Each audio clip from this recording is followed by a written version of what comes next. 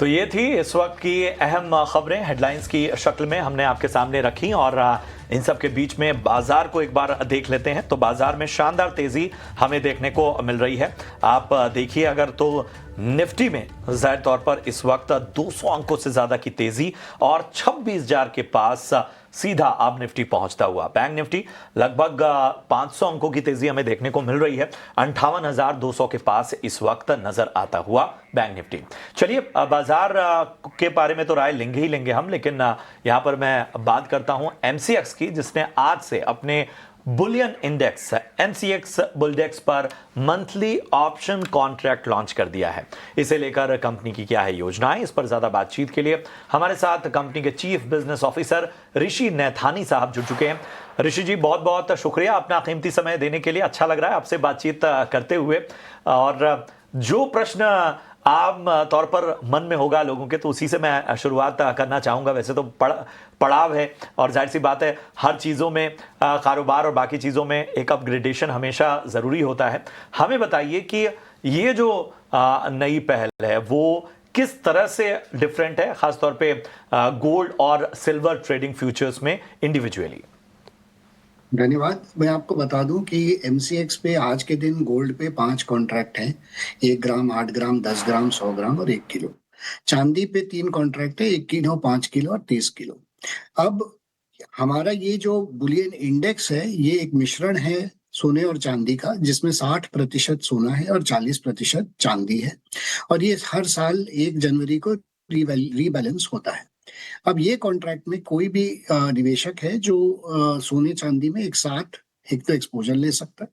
दूसरा, इसका जो वैल्यू है नोशनल, वो काफी कम है, 8.5-9 लाख रुपए का है। जबकि इसकी जो अंडरलाइंग है, जो बेसिस है, वो 1 किलो सोना का कॉन्ट्रैक्ट और 30 किलो चांदी का कॉन्ट्रैक्ट और रफली 2.25 करोड़ रुपए का नोशनल हो जाता है, जो हर निवेशक के लिए मुमकिन नहीं होता। तो इसीलिए हमारी ये चेष्टा थी कि ऐसा कॉन्ट्रैक्ट हम लाए मार्केट में जो अफोर्डेबल हो और सिंपल हो, और यही 2 चीजें ये कॉन्ट्रैक्ट आपको प्रोवाइड करता है।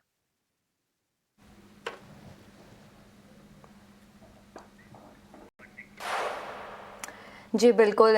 नमस्कार सर, मैं पूछना चाहती हूँ कि बुलडेक्स जो इंडेक्स है ये हेजर्स और निवेशकों को बुलियन की कीमतों में जो वॉलिडिटी है, उतार चढ़ाव है, उससे निपटने में कैसे मदद करेगा? देखिए, यदि आप बुलियन की वॉलेटिलिटी से अपने आप को बचाना चाहते हैं तो आप हेज कर सकते हैं। इसके माध्यम से अगर आप ऑप्शन कॉन्ट्रैक्ट खरीदते हैं तो आपको सिर्फ प्रीमियम का नुकसान होता है, बाकी अपसाइड आपके लिए पूरा खुला हुआ है। तो इसीलिए चाहे आपको मंदी जच रही है तो आप पुट खरीद के काम करें, तेजी जच रही है तो कॉल खरीद के काम करें। और यदि आपके पास गोल्ड सिल्वर है, उसके अगेंस्ट आप ऑप्शंस राइड भी कर सकते हैं। तो हर तरीके से, चाहे बायर हो, चाहे सेलर हो, चाहे हेजर हो, चाहे आम निवेशक हो, चाहे कोई इंस्टीट्यूशनल पार्टिसिपेंट हो, सबके लिए इस कॉन्ट्रैक्ट के माध्यम से अपने आप को एक प्राइस रिस्क मैनेजमेंट के लिए मार्केट में उतर के आने में काफी सहूलियत मिलती है।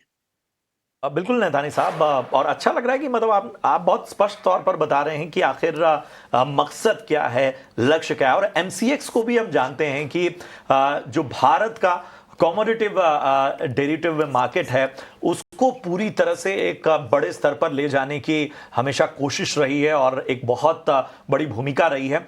हमें बताइए कि उसमें ये जो पड़ाव है वो किस तरह से हेल्प करने वाला है और उन बड़े लक्ष्यों को हासिल करने में ये कितनी बड़ी भूमिका निभाएगा।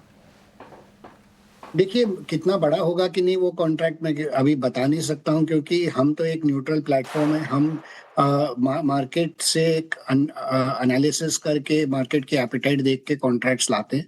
बाकी वो तो मार्केट के ऊपर है, उसको कितना सराहे और उसमें कितना पार्टिसिपेशन करे। बट जहां तक अभी हमें मार्केट से जो फीडबैक मिली है, वो इस कॉन्ट्रैक्ट में काफी लोगों की रुचि है और मैं आशा यही करूंगा कि कॉन्ट्रैक्ट में काफी अच्छा पार्टिसिपेशन उभर के आएगा। बिल्कुल। लेकिन जो बुलडेक्स ऑप्शन बुलियन ट्रेडिंग में जो लिक्विडिटी और प्राइस डिस्कवरी है उसको बढ़ाने में कैसे मदद मिलेगी इससे? जो प्राइस डिस्कवरी है वो आज के दिन ऑलरेडी है हमारे 30 किलो चांदी के कॉन्ट्रैक्ट में और 1 किलो सोने के कॉन्ट्रैक्ट में। एमसीएक्स के दाम जो हैं वो एक बेंचमार्क है अपने देश में कुछ भी बुलियन ट्रेड के लिए, और लोग एमसीएक्स के भाव को ही मद्देनजर रखते हुए बुलियन में ट्रेड करते हैं। तो प्राइस डिस्कवरी ऑलरेडी है, अब उसका 60-40 का जो रेशियो है उसी हिसाब से बुलडेक्स में भी ये इंडेक्स क्रिएट है और इंडेक्स सबके सामने है। तो प्राइस सबके सामने है, डिस्कवर्ड है, उसके ऊपर से आपके लिए ये ऑप्शन कॉन्ट्रैक्ट है और इसी में लोग आके सामने अपने इसमें ट्रेड कर पाएंगे और अपने प्राइस रिस्क मैनेजमेंट कर पाएंगे। सर मेरा एक आखिरी सवाल, जो एक नज़रिया ये भी सामने आ रहा है कि ये जो पूरा ख़ास तौर पे ऑप्शन की दिशा में कदम उठाया गया है वो कमोडिटीज़ में और अधिक जो सेक्टोरल इंडेक्स ऑप्शंस हैं उसमें एक बहुत अहम कदम साबित हो रहा है। आपकी क्या राय हो रही है? जरूर, क्योंकि कमोडिटीज में आज तक कोई भी ट्रेडेड इंडेक्स था नहीं। कमोडिटीज मार्केट में ये पहला हमारा एक हमारी चेष्टा है कि एक इंडेक्स कॉन्ट्रैक्ट को भी कमोडिटीज में लाया जाए, और ये एक बुलियन सेक्टोरल इंडेक्स है। इसके अलावा हमारे पास एक मेटल सेक्टोरल इंडेक्स है, एनर्जी का भी सेक्टोरल इंडेक्स है। तो इसकी सक्सेस देखते हुए हम चेष्टा ये करेंगे कि हमें इस कॉन्ट्रैक्ट में मार्केट से प्रोत्साहन मिले ताकि हम और भी सेक्टोरल इंडिसेस मार्केट में ला पाए। शुक्रिया करेंगे ऋषि नैथानी साहब, अपना कीमती समय आपने दिया और तमाम चीज़ों को बहुत स्पष्ट रूप से आपने रखा, और ये ट्रांसपेरेंसी बहुत ज़रूरी होती है इन्वेस्टर्स के लिए, ट्रेडर्स के लिए, और उम्मीद यही करते हैं कि इसी तरह से जो है वो अपग्रेड नज़र आता रहे और ज़्यादा बेहतर जो है वो ट्रेडर्स और इन्वेस्टर्स के लिए माहौल बने। Thank you so much sir, एक बार फिर से अपना कीमती समय देने के लिए, और आपको ढेर सारी शुभकामनाएं। चलिए, हमारे साथ रत्नेश गोयल साहब भी चर्चा में जुड़ रहे हैं मार्केट एक्सपर्ट के तौर पर। रत्नेश जी, मार्केट पे तो राय लूंगा, लेकिन ज़रा एमसीएक्स पर राय दीजिए। जाहिर सी बात है कि एक पड़ाव है, और जिसके बारे में आपने सुना भी किस तरह से ऋषि नैथानी साहब तमाम बातें स्पष्ट रूप से कह रहे थे, 2.25% मजबूत होता हुआ। आप बताइए क्या करें नए इन्वेस्टर्स, नए ट्रेडर्स? गुड आफ्टरनून प्रशांत, सभी दर्शकों को मेरा नमस्कार। एमसीएक्स में देखिए कंटिन्यू यहाँ पे हार हाई बन रहा है, अभी भी यहाँ पे एक अच्छा फॉर्मेशन कंटिन्यू यहाँ पे बन रहा है। एक अच्छी तेजी हमको एमसीएक्स में यहाँ पे देखने को मिली थी। मुझे ऐसा लगता है कि अब थोड़ा सा यहाँ पे कंसोलिडेशन चल रहा है, पर अभी भी इसमें बाय ऑन डिप्स की रणनीति में बिल्कुल बने रहना चाहिए। यहाँ पे मुझे ऐसा लगता है कि 9,000 या 9,050 के आसपास काफी अच्छा एक सपोर्ट है। यहाँ पे आता है तो एक अच्छी खरीदारी का वापस से मौका बन सकता है। ऊपर मुझे टारगेट इसके अभी भी जो इंटेक्ट है वो 95-96 से एक टारगेट इंटेक्ट है। तो जिसने ले रखा है निचले स्तर से वो बिल्कुल अपना स्टॉप लॉस ट्रेल करके पोजीशन को होल्ड करे, और नई खरीदारी के लिए भी थोड़ा सा जो मैंने सपोर्ट लेवल बताया 9,050 91 से यहाँ पे आता है तो वहाँ पे खरीदारी कर सकते हैं। जी बिल्कुल, तो एमसीएक्स पर ये राय रत्नेश जी की। पर लेकिन शो में आगे बढ़ने से पहले तरीका जान लेते हैं सवाल पूछने का। तो योर स्टॉक्स में आप अपने सवाल पूछने के लिए आपकी स्क्रीन पर एक नंबर फ्लैश हो रहा है, उस पर फ़ोन करके एसएमएस के जरिए या फिर व्हाट्सएप के जरिए भी अपना सवाल पूछ सकते हैं। आप हमारे सोशल मीडिया प्लेटफॉर्म पर, फेसबुक पेज पर, ट्विटर हैंडल पर भी अपना सवाल कमेंट करके पूछ सकते हैं। लेकिन अब आगे बढ़ते हैं, हमारे साथ विनय बंसल जुड़ चुके हैं दिल्ली से। विनय, बताइए क्या सवाल है आपका? हाँ, नमस्कार मैडम। नमस्कार। हाँ मैम, मेरे पास LTF लॉसन टोब्रो फाइनेंस के 150 शेयर हैं 86 के भाव पर, और एक IEX का शेयर है 164 के भाव पर। तो क्या करना चाहिए इसमें? अभी लॉन्ग टर्म इन्वेस्टर हूँ मैं। जी बिल्कुल, लंबी अवधि के लिए आपने जो है वो निवेश किया है, और LTF में जो है वो 86 पर आपकी खरीदारी है, 150 शेयर है आपके पास, और IEX पर 164 की आपकी खरीदारी है, और 196 शेयर है आपके पास। 196 शेयर है। जी बिल्कुल। रत्नेश जी, बताइए क्या सलाह देंगे आप दोनों पर, क्योंकि IEX भी है, उसमें भी आज हल्की तेजी देखने को लंबे अवधि के लिए आपका नजरिया? LTF में तो बिल्कुल आप देखेंगे तो काफी अच्छे इनके काफी अच्छा मुनाफा आ रहा है उनको होल्ड कर रखा है इन्हें लंबी अवधि से, तो मुझे ऐसा लगता है अभी भी इनको कंटिन्यू होल्ड रखना चाहिए। कंटिन्यू हाई फॉर्मेशन बन रहा है, एक स्टॉप लॉस टेल करके लगाने की सलाह दूंगा मैं। यहाँ पे जो स्टॉप लॉस बनता है यहाँ पे 240 रुपए का एक स्टॉप लॉस है, कंटिन्यू इसको होल्ड करें। अभी भी इसमें जो टारगेट है ऊपर में 350 350 तक आ सकते हैं, तो 240 रुपए के स्टॉप लॉस से अपनी पोजीशन को एलटीएफ में होल्ड करने की सलाह है। आईईएक्स में देखिए कंटिन्यू लोअर लो फॉर्मेशन बन रहा है। अभी कंपनी के जो न्यूज वगैरह आ रहे हैं, रिजल्ट्स आ रहे हैं, वो भी अभी ठीक नहीं आ रहे, तो मेरे हिसाब से इनका नजरिया हालांकि लंबाई है, पर फिर भी अभी आईईएक्स में इतनी लंबी तेजी नहीं है, तो यहाँ पे से निकलने की सलाह है मेरी। तो ये है आपके स्टॉक पर आपको राय मिलती हुई। अगले कॉलर को अपने साथ जोड़ते हैं। संतोष सिंह जी हमारे साथ वाइजैग यानी विशाखापत्तनम से जुड़ चुके हैं। संतोष जी नमस्कार, पूछिए अपना सवाल। सर, मेरा सवाल त्रिवेणी इंजीनियरिंग पे सर जी 494 पे 1000 क्वांटिटी एवरेज करते करते हो गया है, और सेकंड लोढ़ा डेवलपर्स है ठीक है। 1200 पे 2000 क्वांटिटी, तो क्या करना चाहिए त्रिवेणी इंजीनियरिंग पे? लोढ़ा पे आपने भाव बताइए जरा। 1200 में थोड़ा मतलब आपके भाव के थोड़ा ही नीचे है लोढ़ा, तो ठीक है। जी। और त्रिवेणी इंजीनियरिंग 495 ना, तो यहाँ ठीक है। त्रिवेणी इंजीनियरिंग में काफी नुकसान आपको हो रहा है। क्या उसका रिजल्ट अच्छा आएगा या क्या होगा उससे?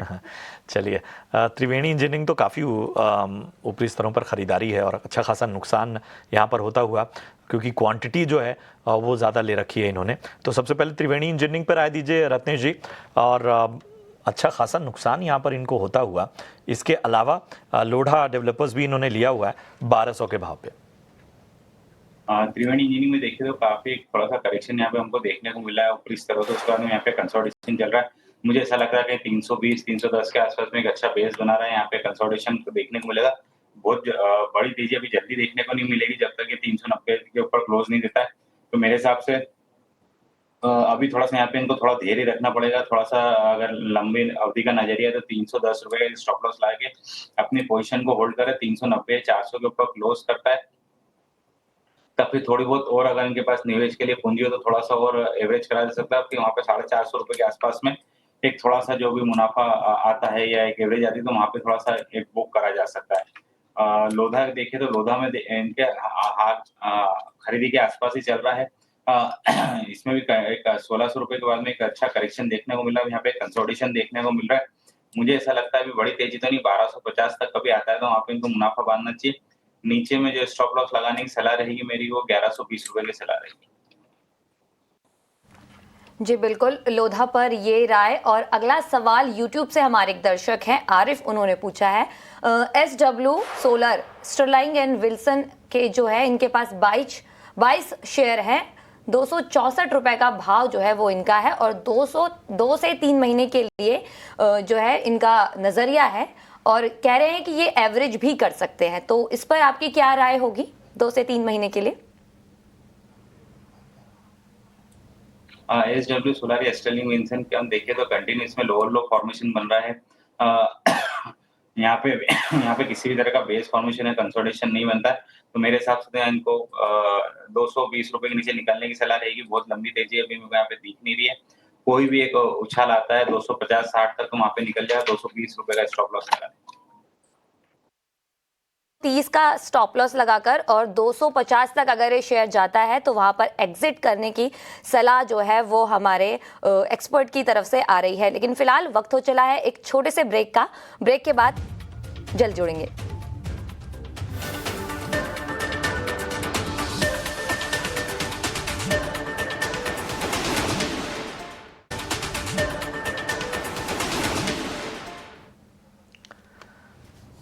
स्वागत है आपका ब्रेक के बाद, और लगातार आपके सवालों को हम शामिल कर रहे हैं। अगले कॉलर को अपने साथ जोड़ते हैं। अमित यादव मुंबई से हमारे साथ फोन लाइन पर बने हुए हैं। अमित जी नमस्कार, पूछिए अपना सवाल। सवाल सर ये हमारे पास जो है जील का जो है 215 के भाव पे लगभग 800 शेयर हैं। अरे बड़े ऊपरी स्तरों पर खरीदारी की, कब खरीदा था आपने? सर वो जो जब वो मैसेज आया था ना कि इनका मर्जिंग होने वाला है, उसी दिन लिया था। ओहो, तब से आप बने हुए हैं। क्या सलाह है सर ये, क्योंकि बहुत दिन होल्डिंग कर लिए हो गए लेकिन कुछ मूवमेंट नहीं है। बिल्कुल मतलब आधे के बराबर हो चुका है ये स्टॉक का। हाँ जी सर। जी चलिए, थोड़ी जल्दबाजी तो नहीं है ना आपको? नहीं, बिल्कुल जल्दबाजी नहीं है, बिल्कुल ठीक है, ठीक है। रत्नेश जी, जी एंटरटेनमेंट 215 का भाव, और हैरानी की बात है कि इतने ऊपरी स्तरों से भी पेशेंस के साथ बने हुए हैं। तो हमें बताइए कि और पेशेंस दिखाना ठीक रहेगा, या कोई उछाल आए तो शायद निकल के कहीं और जो है वो पैसे लगाना ज्यादा बेहतर रहेगा? ये सभी निवेशकों को एक सलाह जरूर देना चाहूंगा, हमेशा देता हूँ कि कहीं ना कहीं आप अपना स्टॉप लॉस जरूर रखें और कहीं ना कहीं अपने पोर्टफोलियो को रिव्यू करते रहे इतनी देर तक जब तक अपना स्टॉक आधा हो जब तक ना बैठे। कहीं ना कहीं रिव्यू जरूर करवा ले। रहा सवाल अब जी का, तो मेरे हिसाब से इसमें अभी किसी भी तरह की लंबी तेजी की उम्मीद नहीं। इसमें कॉर्पोरेट इशू और रिजल्ट वगैरह सभी की थोड़ा बहुत कुछ दिक्कत चल रही है, तो मेरे हिसाब से यहाँ पे तो कोई भी एक उछाल आता है तो मेरी तरफ से तो निकलने की सलाह है। 115 120 तक भी कुछ आ जाता है तो निकलने की सलाह रहेगी। नीचे में 100 रुपए का एक स्टॉप लॉस अगर ये लगाना चाहे तो मेरी तरफ से 100 रुपए का एक स्टॉप लॉस है फाइनल। किसी भी उछाल पर एग्जिट की सलाह है। 115 का लेवल आपको दिया है, वहां पर एग्जिट कर सकते हैं। अगला सवाल हमारे पास हेमंत जुड़ रहे हैं हमारे साथ हरियाणा से। जी बताइए हेमंत जी, क्या सवाल है आपका? नमस्कार मैडम, मैं हेमंत शर्मा बोल रहा हूँ। मेरे पास हैप्पीएस्ट माइंड टेक्नोलॉजी के 602 शेयर हैं 875 रुपए के हिसाब से। 875 रुपए के हिसाब से अभी शेयर का भाव है 520 रुपए। बड़ी ऊपरी लेवल की खरीदारी है आपकी। हाँ, करीब 2-3 साल से मैंने उसको होल्ड किया हुआ है, तो आगे इसका क्या फ्यूचर रहेगा, इसको क्या मतलब करना चाहिए? पिछले 1 साल की बात करें तो 32% स्टॉक करेक्ट हो चुका है। रतेश जी बताइए, 602 शेयर हैं इनके पास और भाव जो है वो उनका 874 रुपए के आसपास का है। क्या सलाह होगी? काफी जो है लॉस में है। यहाँ पे भी यही गलती जो भी पिछले हमने हमारे दर्शकों को दी थी सलाह की, कभी भी इतनी देर तक वेट ना करें, कहीं ना कहीं सलाह जरूर देते रहे। अब बेस माइंड की देखे तो इसमें भी कंटिन्यू लोअर लो फॉर्मेशन बन रहा है। इसमें भी कहीं किसी तरह का बेस या कंसोलिडेशन अभी नहीं दिखाई दे रहा है। मुझे नहीं लगता कि बहुत जल्दी बड़ी तेजी को इसमें आएगी। इसमें भी मेरी तरफ से यहाँ पे कोई भी उछाल आता है 560-600 रुपए के आसपास में, तो वहाँ पे निकलने की सलाह है और दूसरे अच्छे स्टॉक्स में निवेश करने की सलाह रहेगी। यहाँ पे कहीं भी उछाल पे निकल जाए, स्टॉप लॉस जरूर लगा। स्टॉप लॉस 500 रुपए का स्टॉप लॉस है। तो ज़रा एक्सपर्ट जो बार बार कहते हैं आप सभी को कि स्टॉप लॉस का विशेष रूप से ध्यान रखें। स्टॉप लॉस लगाने से क्या है कि आपका जो नुकसान है वो कहीं ना कहीं एक तरह से रुकता है और वो आपको आगे जाकर समझ में आता है। अक्सर लोग ये भूल कर देते हैं और इसी वजह से लगातार ये सलाह दी जाती है कि स्टॉप लॉस ज़रूर लगाएं। अगला सवाल लेते हैं महावीर जी का, झारखंड से इन्होंने सवाल पूछा है। यूट्यूब पर इनका सवाल आया है और इनका सवाल है बीएसई लिमिटेड पे। इन्होंने 2400 के भाव पे रत्नेश जी खरीदारी की है। हालांकि लॉन्ग टर्म का नज़रिया लेकर चल रहे हैं।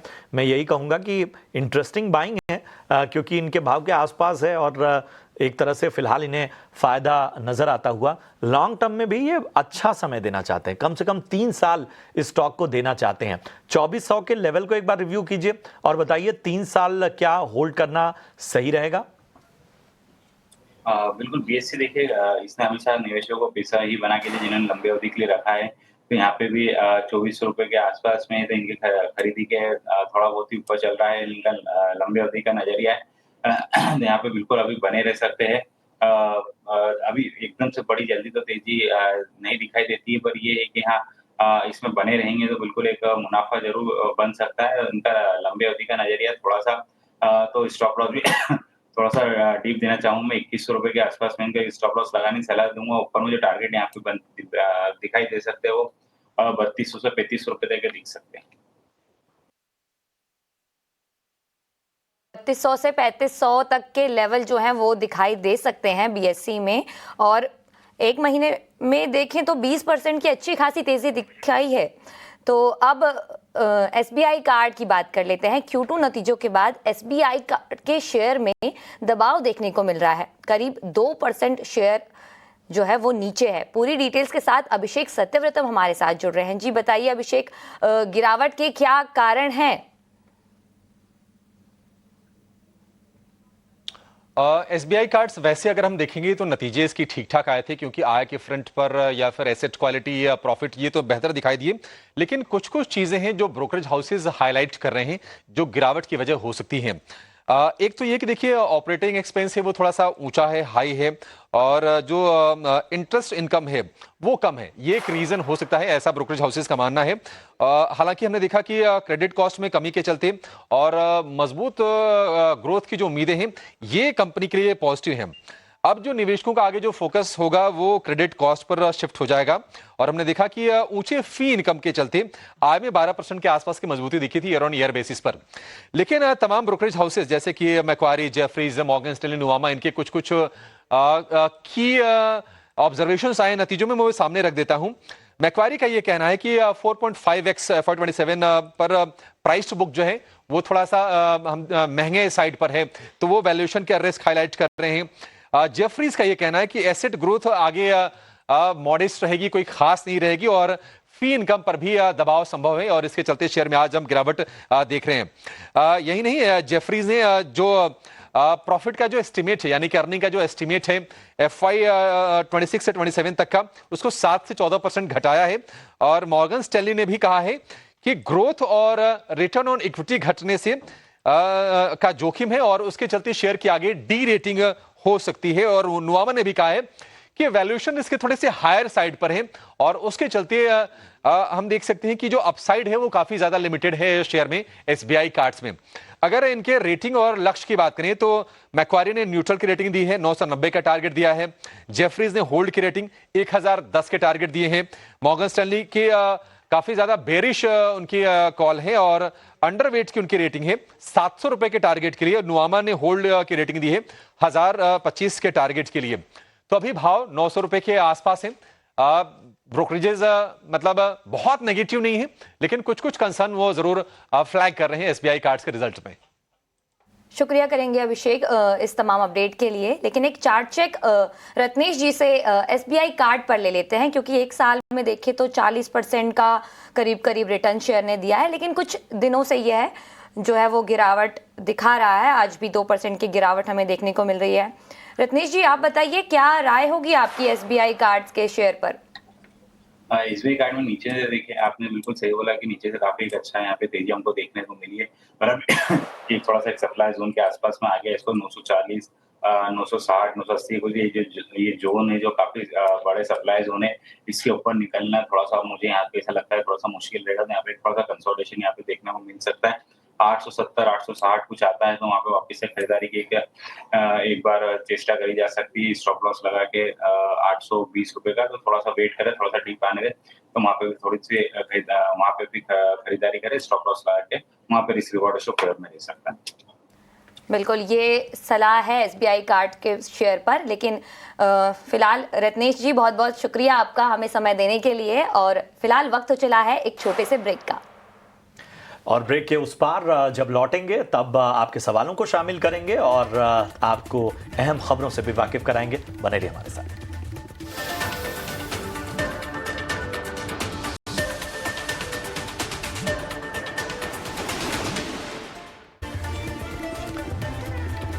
तो ये थी बड़ी खबरें हेडलाइंस की शक्ल में जो हमने आपके सामने रखी, और इस बीच जरा बाजार को देख लेते हैं।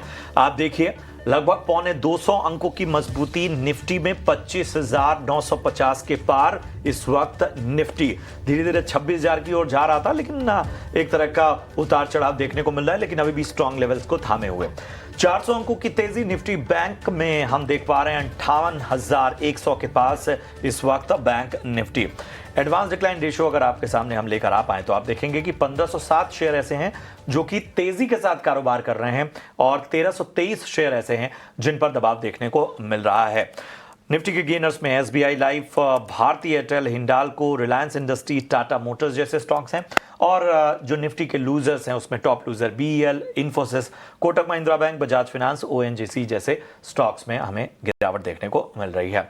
और हमारे साथ इस वक्त एंजल वन से राजेश भोसले साहब जुड़ चुके हैं। राजेश जी, बहुत बहुत स्वागत आपका। अच्छा लग रहा है आपसे बातचीत करते हुए। तो जरा बाजार पर ही राय दीजिए, शानदार तेजी और जिस तरह का बाजार हमें शुक्रवार को हमने जिन स्तरों पर छोड़ा था उसी स्तर पे कह सकते हैं कि एक शानदार रिबाउंड भी देखने को मिल रहा है। कहाँ नजर रखी जाए, इंडेक्स स्तरों पर किन लेवल्स का ध्यान रखा जाए? जी नमस्कार प्रशांत जी। यस डेफिनेटली, अगर आप देखें तो लास्ट एक दो सेशन में हमने प्रॉफिट बुकिंग देखने को मिली थी ब्रॉडर मार्केट्स में, बट जो ब्रेकआउट लेवल्स थे वीकली चार्ट पे वहीं पे कहीं ना कहीं सपोर्ट लेके आज वापस रिबाउंड कर रहा है मार्केट। तो एक हायर टॉप हायर बॉटम का स्ट्रक्चर जो है वो इंटैक्ट है। एंड अभी अगर आप देखें तो 25,800 से 25,900 के रेंज में एक वीकली ब्रेकआउट है, जो एक सपोर्ट के जैसा कंटिन्यूसली एक बाइंग जोन देखा जाएगा। And on the high side अगर आप देखें तो हम एक्सपेक्ट करें इन द नियर टर्म जो 26,200 26,300 जो ऑल टाइम हाई लेवल्स है तो वो रिटेस्ट हो सकता है। एंड उसके ऊपर के भी लेवल्स हम एक्सपेक्ट करें तो बाउंड डिप की रणनीति रखनी चाहिए। नीचे में अगर आप देखें तो 25,900 से 25,800 के आसपास कहीं ना कहीं मार्केट में बेस बन रहा है। डिप्स की रणनीति हमारे गेस्ट की तरफ से यहाँ पर 25,900 पर जो है वो अहम सपोर्ट है। लेकिन सवालों का सिलसिला आप शुरू करते हैं और हमारे पहले कॉलर जुड़ चुके हैं, राज हमारे साथ जुड़ चुके हैं। जी राज, बताइए क्या सवाल है आपका? मैडम, मेरे पास क्विस्ट कॉर्पोरेशन की 6,000 शेयर है 270 के हिसाब से, तो उसका रेट कब बढ़ जाएगा मैडम? कितने शेयर हैं आपके पास क्वेस्ट कॉर्प के? हाँ जी, 6,000 शेयर है। सॉरी, 6,000 6,000 शेयर हैं आपके पास 270 के भाव से, और आज भी शेयर में 2% की तेजी है। राजेश जी बताइए क्या सलाह होगी, क्योंकि इनके भाव से जो है वो शेयर नीचे आ चुका है, 238 के लेवल पर अभी जो है वो ट्रेड कर रहा है। क्या सलाह है आपकी? देखिए, एक अंडर परफॉर्मिंग काउंटर है क्वेस्ट कॉर्प, बट अगर आप देखें तो एक इम्पोर्टेंट सपोर्ट के आसपास ट्रेड कर रहा है। लास्ट मतलब मार्च में अगर आप देखें तो इन्हीं लेवल्स के आसपास था स्टॉक, एंड वहां से फिर एक रैली देखने को मिली थी टुवर्ड्स 300 टू 350 लेवल्स। तो अभी एग्जैक्टली उन्हीं सपोर्ट लेवल्स के आसपास है, तो फिलहाल होल्ड करने की सलाह होगी। नीचे में अगर आप देखें तो 225 के आसपास स्टॉक के लिए सपोर्ट है, एंड यहाँ से बाउंस आता है तो इनकी जो बाइंग जोन है अराउंड 270 280 के आसपास, तो वहाँ पे एक बार पोजीशंस को लाइट करनी चाहिए, क्योंकि ओवरऑल अगर आप इस काउंटर को देखें तो अंडर परफॉर्म कर रहा है, बट ब्रॉडर मार्केट के साथ एक कैचअप मूव देखने को मिल सकता है, बट हायर लेवल्स पे एग्जिट करने की ही सलाह होगी। ठीक है, तो हायर लेवल्स पे एग्जिट करने की आपको सलाह यहाँ पर मिलती हुई। वेंकट राव साहब हमारे साथ हैदराबाद से जुड़े हुए हैं। वेंकट राव जी नमस्कार, पूछिए अपना सवाल। Good morning ji, good morning ji. Good morning. I am holding the TCS shares. Okay. At 4,100 range. Okay. Huge loss. What is the average price? Please kindly tell me. Sure sir. 4,000 के भाव पे के आसपास खरीदारी की हुई है राजेश जी इन्होंने टीसीएस में, और पूछ रहे हैं कि क्या कोई गुंजाइश बन रही है एवरेज करने की, क्या रणनीति रखनी चाहिए? प्रशांत जी, एक अंडर परफॉर्मिंग स्टॉक रहा है हैवी वेट में से, बट अगर आप लास्ट 1 मंथ का चार्ट स्ट्रक्चर देखें तो कहीं ना कहीं एक बॉटम फॉर्मेशन देखने को मिल रहा है। मंथली चार्ट जो अभी ऑलमोस्ट कंप्लीट होने के वर्ज पे, तो वहाँ पे एक बुलिश एनगल्फिंग पैटर्न देखने को मिल रहा है। तो यहाँ से ज़्यादा डाउनसाइड नहीं दिखाई दे रहा है, बट या फिर एटलीस्ट एक यहाँ से एक बाउंस बैक एक्सपेक्ट कर सकते हैं। अपने 200 डीएमए को रिटेस्ट कर सकते हैं जो है अराउंड 3,400 के आसपास। तो यहाँ पे अगर एवरेज करना चाहते हैं तो आईटी में भी कहीं ना कहीं टर्न अराउंड दिखाई दे रहा है, तो यहाँ पे चाहे तो एवरेज कर सकते हैं। नियर टर्म में 3,400 के लक्ष्य होंगे, एंड अगर उसे भी सस्टेन करता है तो फर्दर अपसाइड देखने को मिल सकता है। तो यहाँ पे डेफिनेटली बॉटम आउट के संकेत दिखाई दे रहे हैं, तो ऐड किया जा सकता है।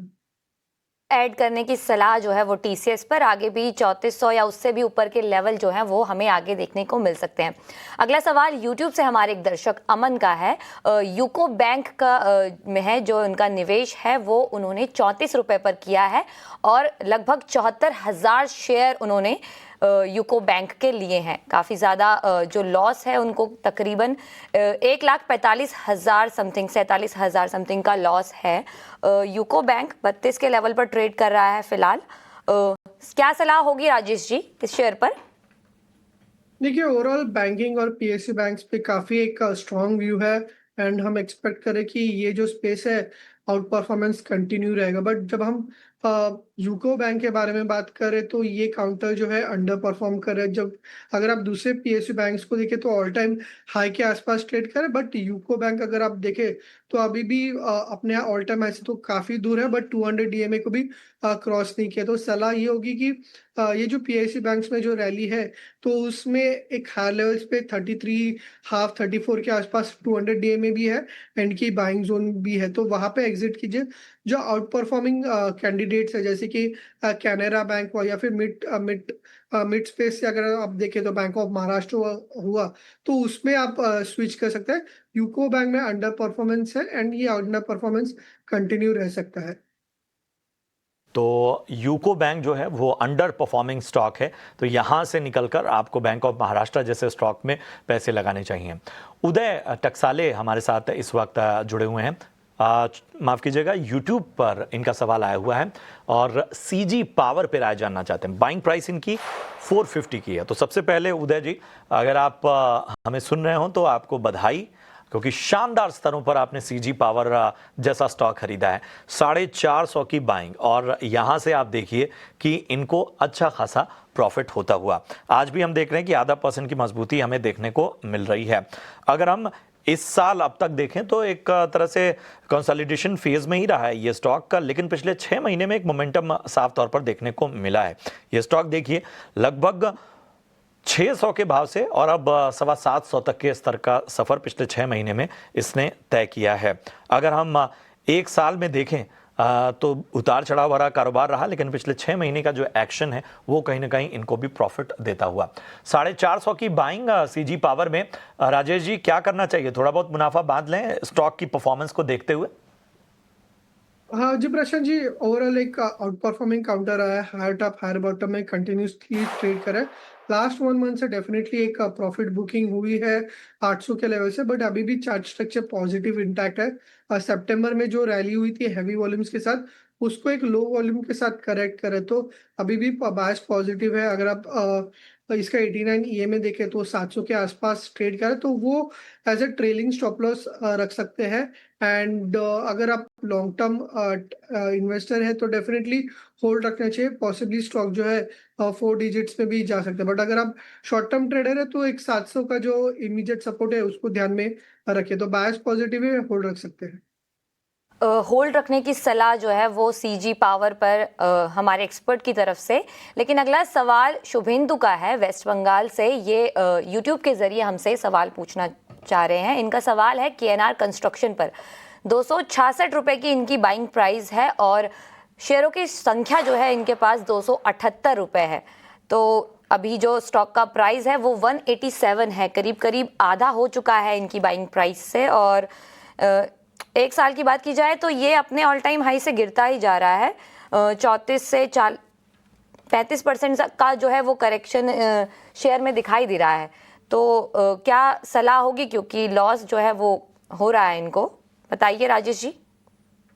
देखिए, ये काउंटर ऐसा है कि कई बार जो है मतलब अंडर परफॉर्म ही कर रहा है, बट कई बार क्या होता है कि नए लोग बनने के बाद एक इमीडिएट स्पाइक अप आ जाता है, बट उस स्पाइक अप को सस्टेन नहीं कर पाता है। तो सलाह अभी वापस वही होगी कि अभी फिलहाल के लिए वेट कर सकते हैं। ब्रॉडर मार्केट या में अगर आप देखें तो स्ट्रेंथ है, अभी फिलहाल के लिए होल्ड रखिए। यहाँ से बाउंस बैक आता है 205 के आसपास, तो वहां पे 89 ईएमए है जो कई बार रेजिस्टेंस के जैसा एक्ट किया है।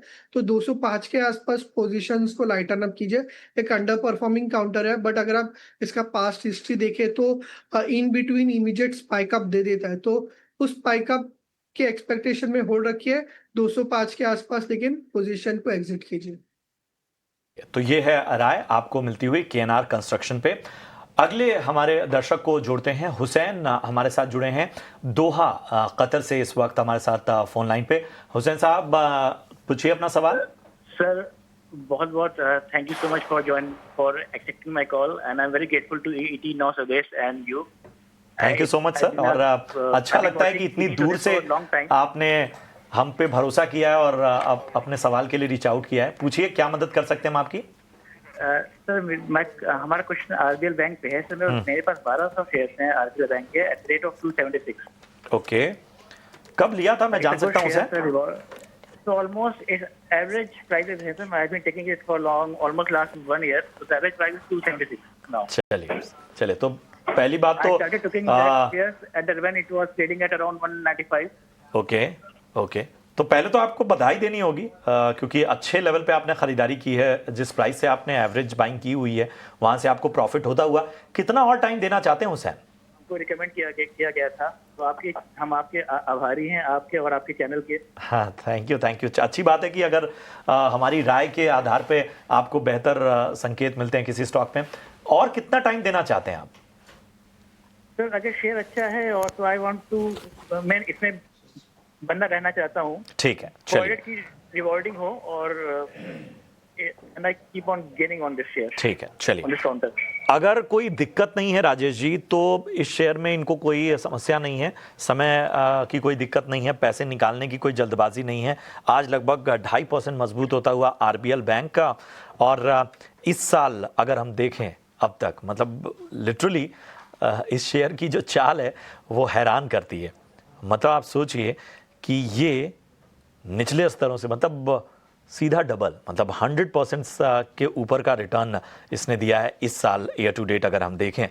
और पिछले लगातार कई समय से एक बेहतर ट्रेंड में ही नजर आ रहा है, अपवर्ड ट्रेंड्स में ही नजर आ रहा है। राजेश जी, आरबीएल बैंक कुछ पार्शियल प्रॉफिट बुक किया जाए या लगता है कि अभी पोटेंशियल है, समय दिया जाए अभी?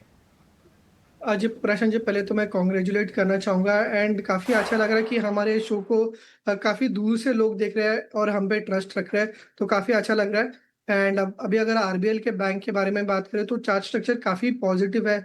इनफैक्ट मंथली चार्ट में ब्रेकआउट देखने को मिल रहा है। ये ब्रेकआउट 300 के लेवल्स के आसपास हुआ है, तो 300 जो है काफ़ी बेस जैसा बनेगा।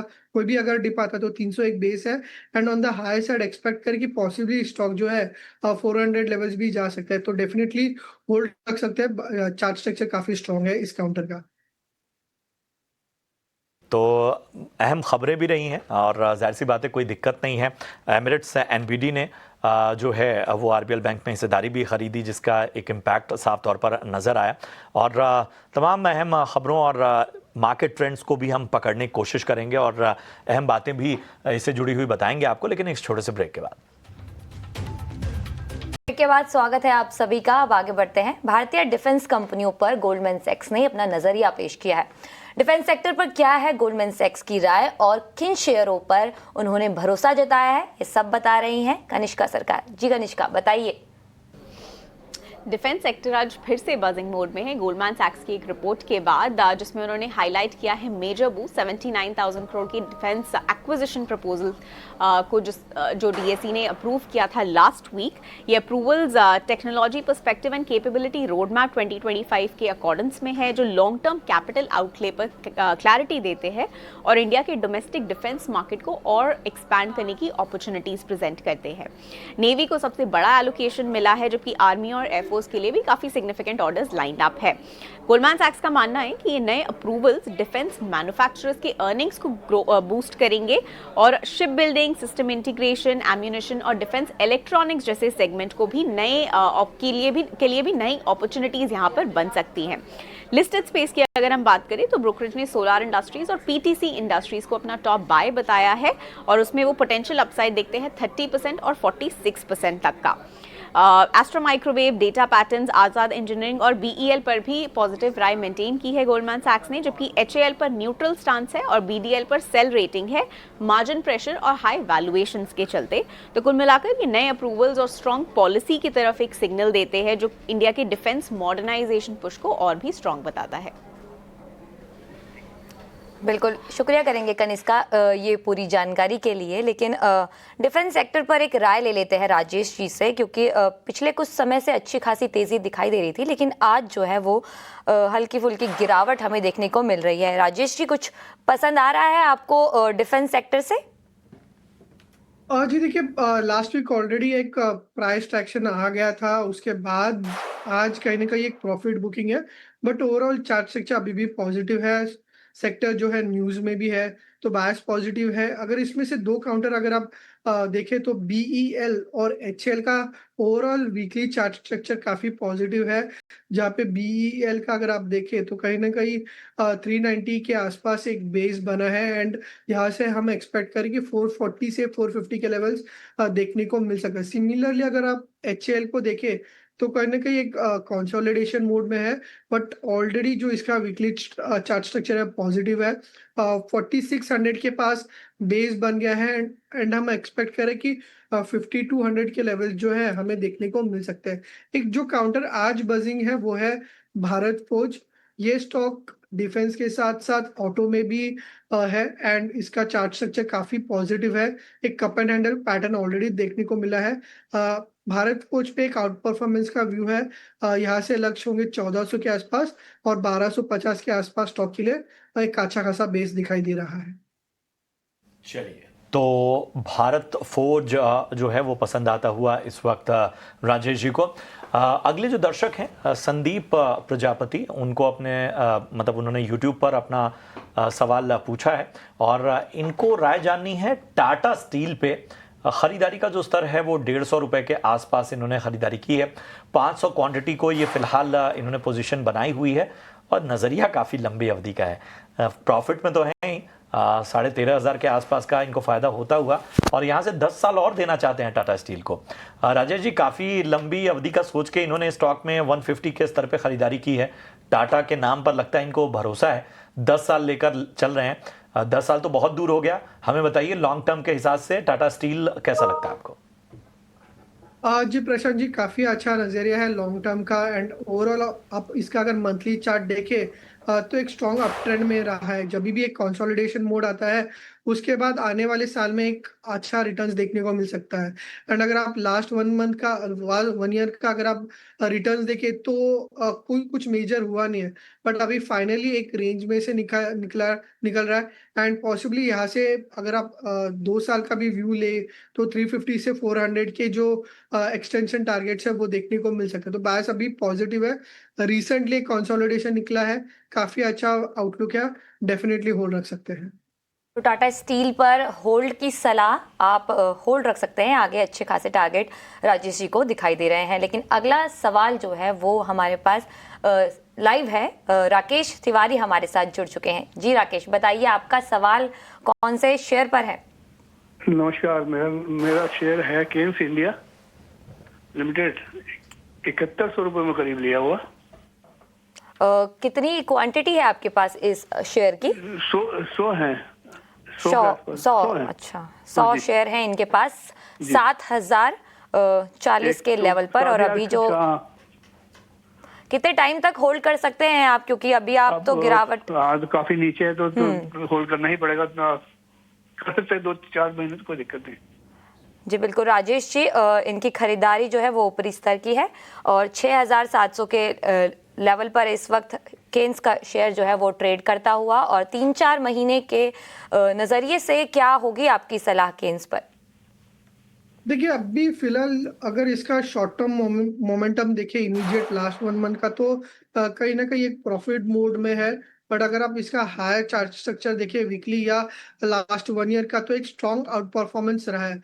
तो थोड़ा सा बड़ा व्यू रखना पड़ेगा, मे बी एक 6 मंथ्स टू 1 ईयर के हिसाब से। अगर आप देखिए तो कोई भी डिप आ रहा तो डिप में अराउंड 89 EMA के आसपास स्टॉक जो है सपोर्ट ले रहा है। तो अभी फिलहाल नेक्स्ट जो सपोर्ट बन के आ रहा है वो है अराउंड 6400 का।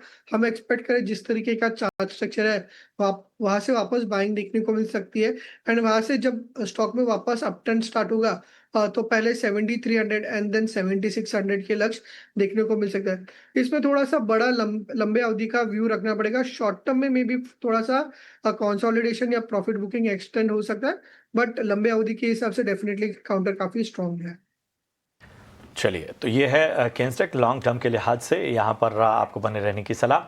चलिए, इसी के साथ इतने ही सवालों को हम शामिल कर पाएंगे, लेकिन आप अपने सवाल हम तक का पहुंचाते रहिए। हम उन सवालों को आगे अपने शोज में शामिल करेंगे। बहुत बहुत शुक्रिया राजेश जी अपना समय देने के लिए और दर्शकों का मार्गदर्शन करने के लिए।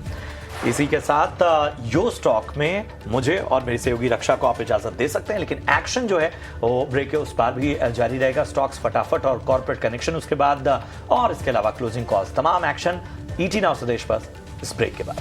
नमस्कार।